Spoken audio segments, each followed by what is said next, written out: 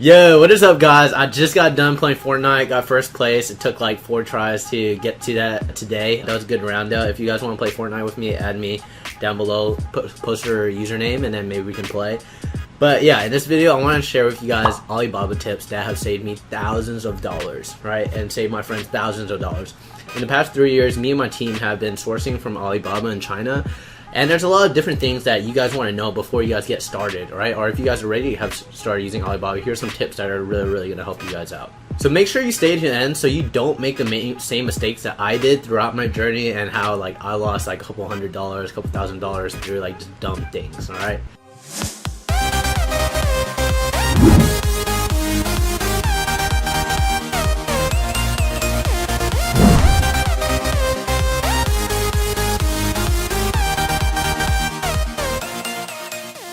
So first things first, right? When you're using Alibaba and you're trying to communicate with people in China, you're going to want to create a new email address, right? Completely new email address. You want to get a different Google Voice number, probably hooked up to that same email.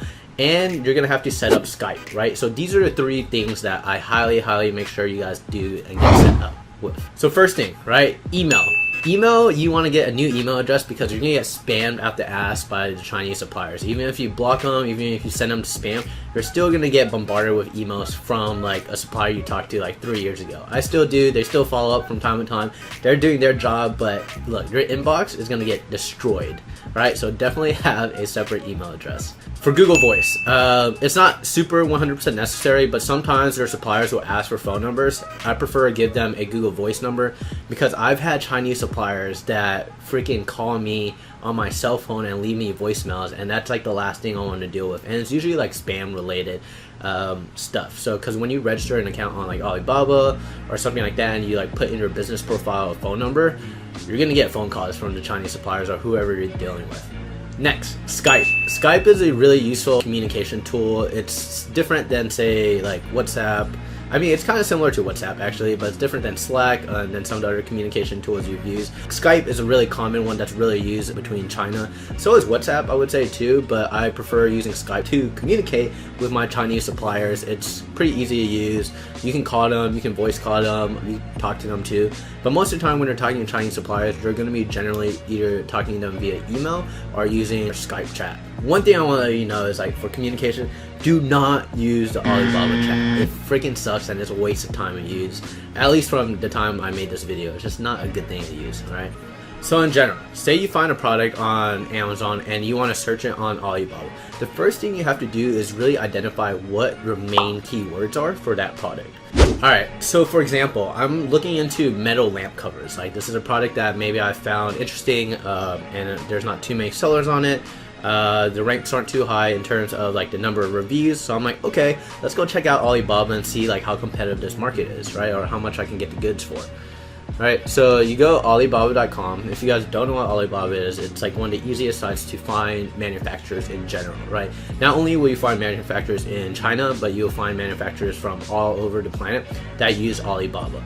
Generally though, most of the suppliers are going to be Chinese on the platform. So once you're on Alibaba, you'll go ahead and type in whatever you're looking for. So metal.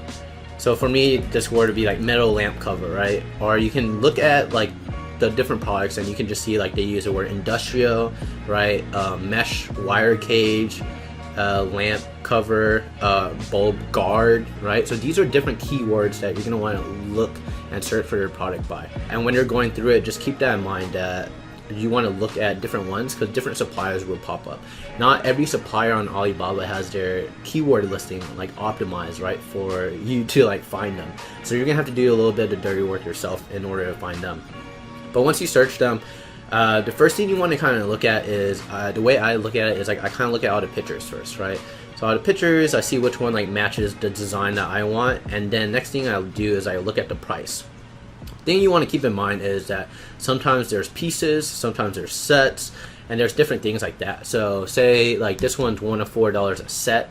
You want to understand what a set is when you contact the manufacturer or before, if possible, right? So if we're scrolling down here, it has pictures of the product. There's always like descriptions and different pictures of products.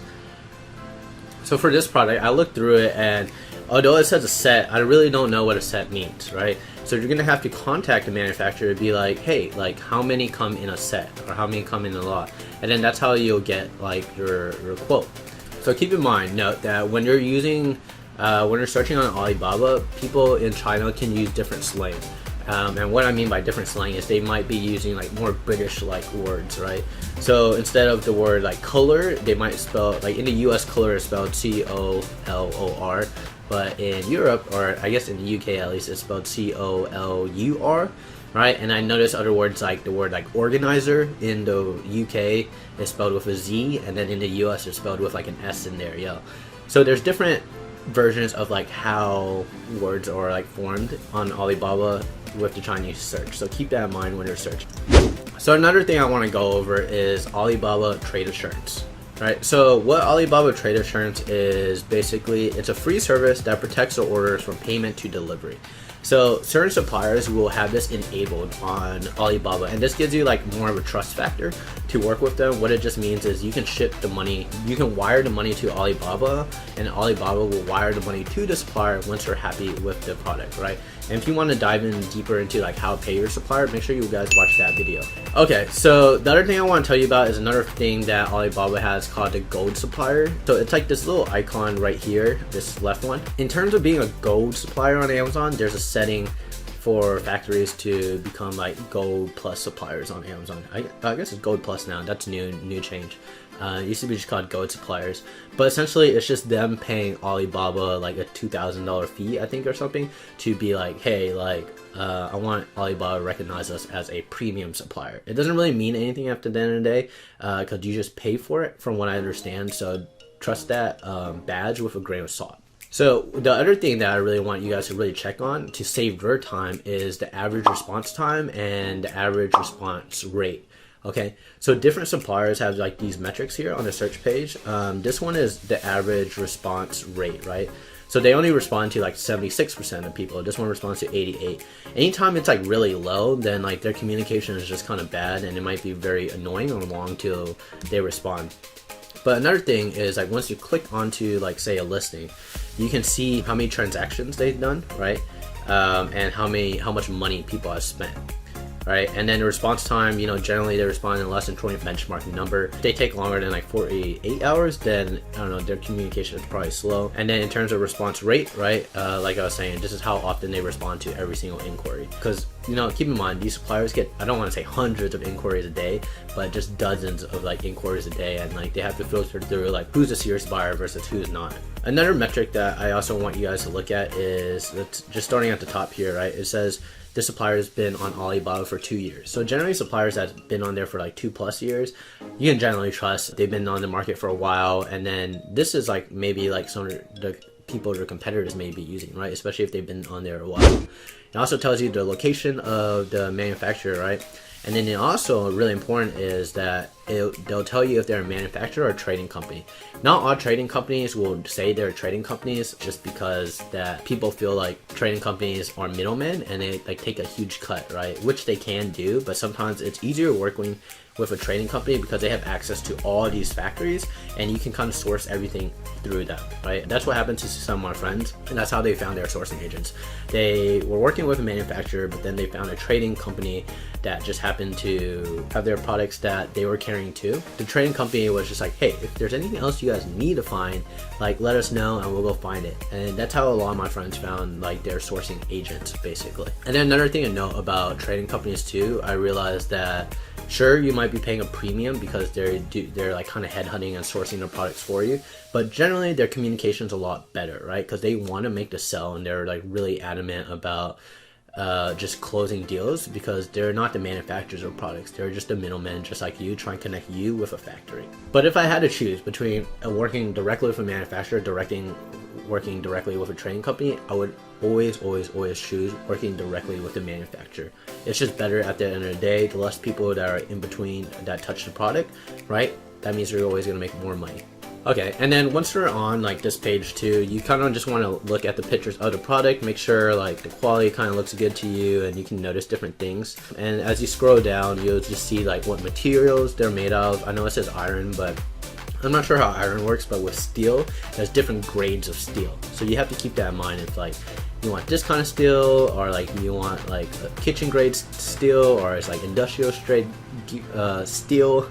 But different materials have different levels of quality, even like plastic, right? There's like PVC, ABS, and different ones like that. So make sure you ask the supplier like, hey, what kind of raw materials is this product made with? Another good tip is like, when you're asking what material it is, they'll tell you, right?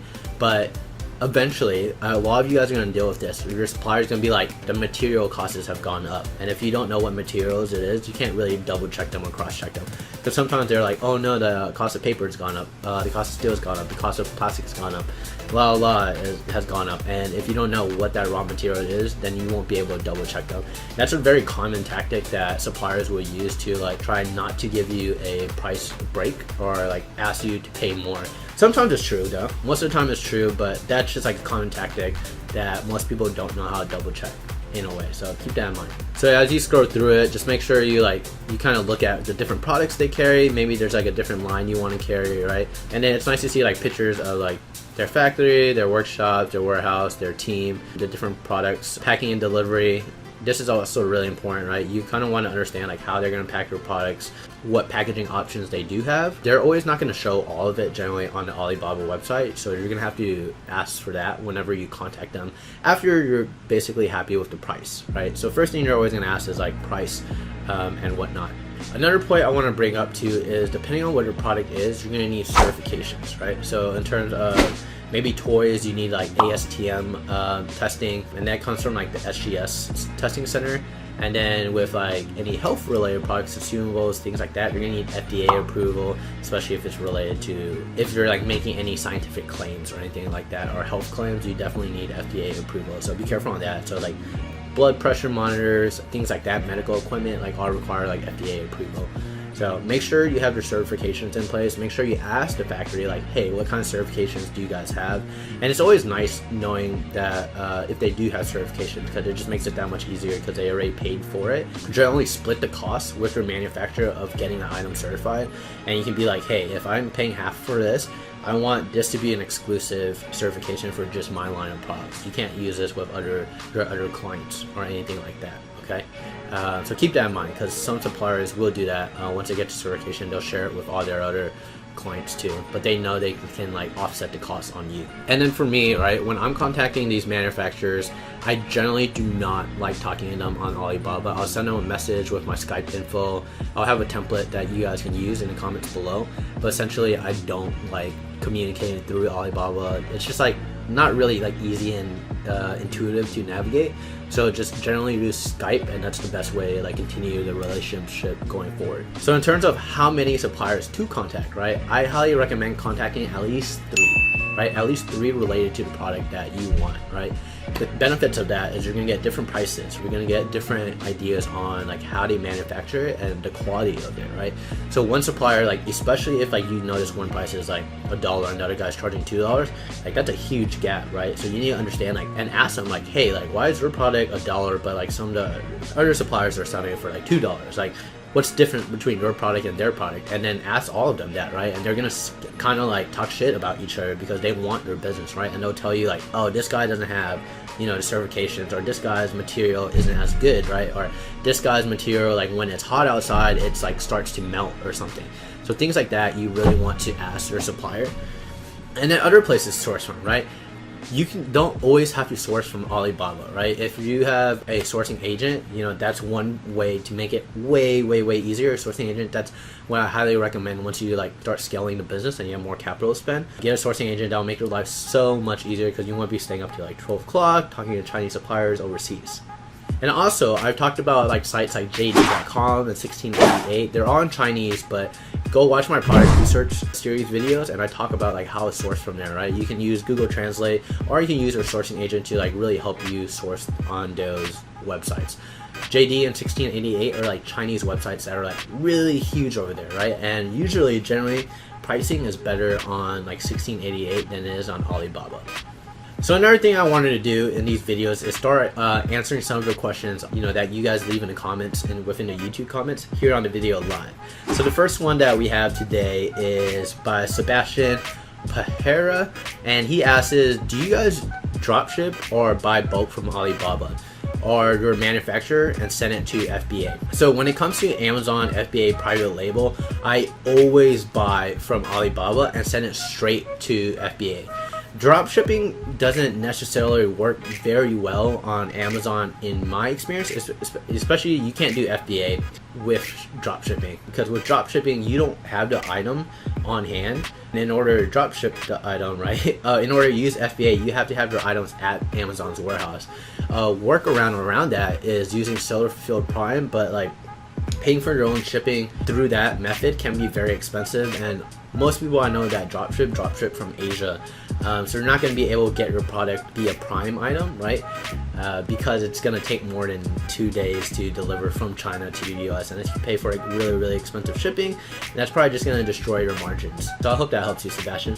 Tommy Gunn asks, shouldn't all the products being sold on Alibaba by a manufacturer be okay for me to sell on Amazon? No. Alright, definitely not every single product that's on Alibaba is allowed for you to sell on Amazon. So first things first, Nick and Fernando were trying to sell lockpicks, and they had like $70,000 of inventory, and then Amazon banned lockpicks from Amazon, right? So not every product is you're allowed to sell on Amazon, right? So like lockpicks stuff, like weapon stuff generally, anything marijuana related you cannot sell. Amazon has a list of like things you can't sell on Amazon. The other thing you want to keep in mind too is that Amazon is starting to like ask for more certifications for certain products, right? So if your product, you know, doesn't have the certifications that it needs, and Amazon asks for it, your ASIN is just going to get blocked until you get those certifications.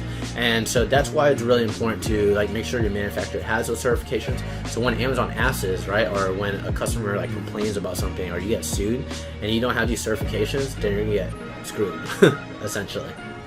And no, from like different Amazon.com to the UK to like the different Amazon platforms, the rules are all different, right? And between like the different countries too, like the countries itself have their own rules and their own testing certifications that they require. Like in Europe, it's like a different thing that they require versus like the US when it comes to like toys or like health and different products like that, right? The state of California requires like different things too for like you to label on your product too. Brandon Weston, this was a question within the Facebook group though. He asks, anybody ever source a product from DHgate instead of Alibaba? So DHgate is like another Chinese website, but I found DHgate to be full of trading companies, and like you actually don't get the best price on DHgate in my personal experience, right? So I highly recommend you just stick to Alibaba, and that's where like the meat of like the real manufacturers are, in my opinion and in my experience. The good thing about DHgate though is I found that if you're like testing out a product, you can get lower MOQs on DHgate than you can on Alibaba. So I'm glad you guys enjoyed this entire video, but make sure you guys do not forget to make it to the workshop where I break down the 3 major discoveries that I made along the way to building $1 million business on Amazon. See the link in the comments below for details to attend that workshop. But other than that, like, I hope you guys enjoyed this video. Leave me some comments on like what other questions you have about Alibaba or anything in general, right? And then make sure you guys give this video a thumbs up. That really helps me out. And let me know if you guys have any other tips that we should share with the community too. Leave them in the comments below. See you guys.